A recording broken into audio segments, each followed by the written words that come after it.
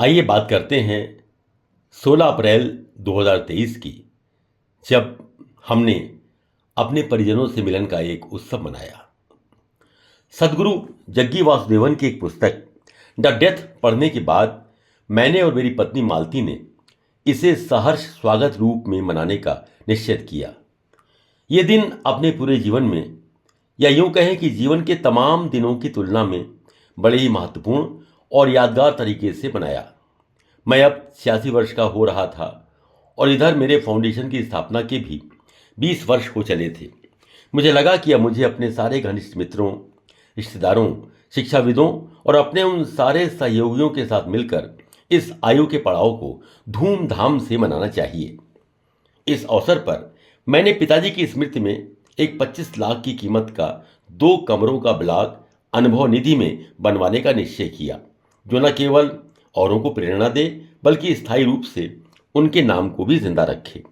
मुझे पता लगा कि आगरा में ही रामबाग से लगभग 6 किलोमीटर आगे उजरई गांव में मेरे मित्र चंद्र मोहन अग्रवाल और समाज के कई अन्य व्यक्तियों ने 30,000 वर्ग गज जमीन पर अनुभव निधि आश्रम नाम का एक ऐसा स्थल विकसित किया है जहां वृद्धों के लिए सेवा कार्य किया जाएगा। मेरे परिवारीजनों ने भी मेरे इस संकल्प का स्वागत किया। ये ब्लॉक मैंने और मेरी पत्नी ने बनवा दिया। मुझे खुशी है कि आज भी वहां वृद्धों के कल्याण के लिए काफ़ी अच्छी योजनाएं चलाई जा रही हैं और काम हो रहा है। मैंने एक विचार और किया कि वे समाजसेवी संस्थाएं जो समाज के कल्याण के लिए निरंतर कार्यरत हैं, उन्हें भी मुझे सहयोग देना चाहिए। ये मेरा दूसरा संकल्प था और इसके लिए मैंने बहुत सोच समझकर 4 संस्थाएं चयन की। अनुभव निधि का परिचय दे ही चुका हूं।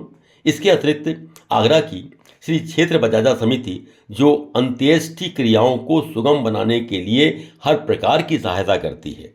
हेल्प आगरा, जो स्वास्थ्य सेवा को समर्पित एक बड़ी संस्था है और आर्थिक रूप से असमर्थ व्यक्तियों को सर्जिकल इलाज की भी सुविधा दिलाती है। श्री राम शरण मित्तल और डॉक्टर MC गुप्ता और बहुत से डॉक्टर्स जिससे जुड़े हुए हैं। विकलांग सहायता संस्थान, जो विकलांगों को कंप्यूटर एजुकेशन दिलवाती है, कृत्रिम अंगों का प्रत्यारोपण करवाती है, फिजियोथेरापी में मदद करती है और जिनके सहयोग से कई विकलांग बच्चे आज IAS और PCS के पदों पर तक भी पहुंच सके हैं। इन सभी को मैंने और अपनी पत्नी मालती के साथ सहर्ष सहायता प्रदान की, अपनी क्षमता के अनुसार उनका सम्मान किया। इसमें मुझे और मेरी पत्नी को असीम प्रसन्नता और संतोष का अनुभव हुआ और मेरे बच्चों ने भी पूरे मन से इसमें सहयोग किया, बल्कि इसमें हर्षोल्लास के साथ भाग लिया। मेरे मित्रों और रिश्तेदारों और सहयोगियों ने ये 16 अप्रैल का दिन धूमधाम से मनाया। मेरी पत्नी श्रीमती मालती अग्रवाल को बहुत संतोष मिला।